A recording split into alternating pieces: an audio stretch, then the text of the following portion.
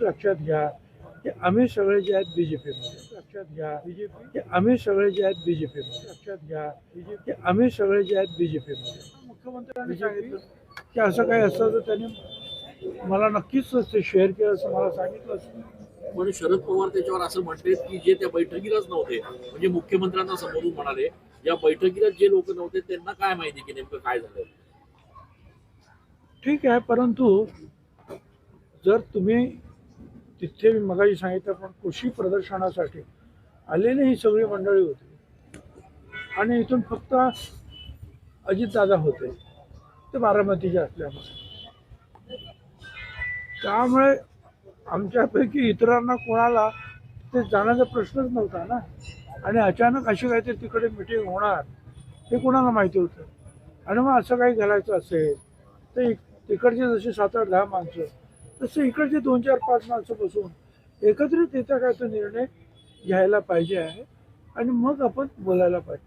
असं काही असो, परंतु मला असं वाटतं की आता हा विषय जो आहे, आता उपमुख्यमंत्रीपदी जे आहेत सुनेत्राबाई बसलेले आहेत.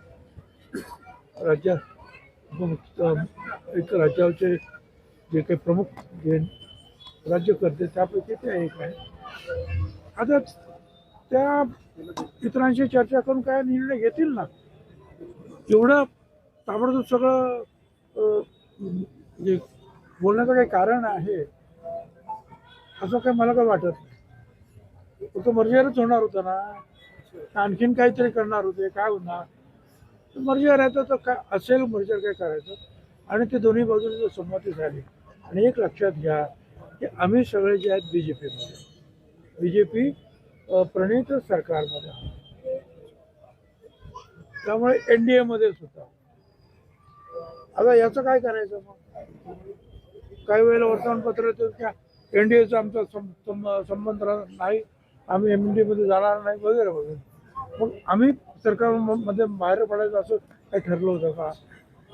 उलट सुलट अशा प्रकारचे मला असं वाटतं की बातम्या येऊ नये, चर्चा होऊ नये, शांततेनं जे आहे शांत राहावं, काही दिवस जाऊ द्यावं.